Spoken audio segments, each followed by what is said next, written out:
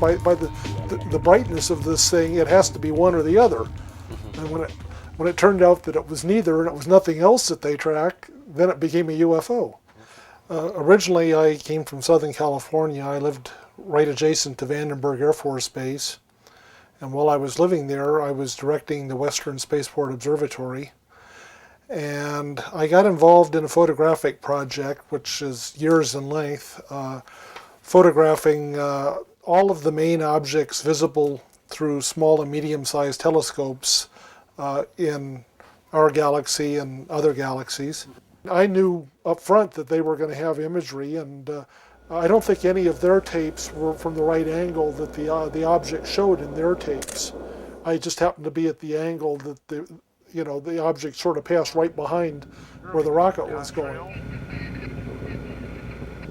Several of us were out there watching it, and we're all saying, well, what's that by the bird? Is that the space shuttle crossing its path?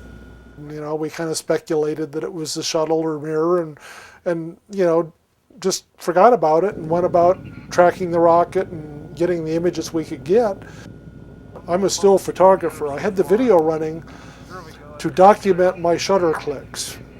And the reason I do this is that if something should go wrong with the bird and there's an explosion or it goes off course or anything happens, they've got lots of cameras. The Air Force has lots of cameras out there, but I might have the right camera angle that lets them know what went wrong.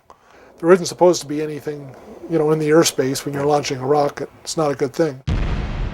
I phoned a friend of mine that was working that launch. He's one of the tracking guys, and I knew that he'd been working that morning. What was that went by the bird this morning? And was that the shuttle? He says, we don't know. We haven't run all our telemetry yet. I'll call you back in a couple days when we run it. He calls me back a couple days later and says, we don't know what it was. Is that the space shuttle crossing its path? Says the shuttle was over Madagascar and Mir was someplace over Asia, because they tied into the NORAD database, and so that was officially became a UFO at that point.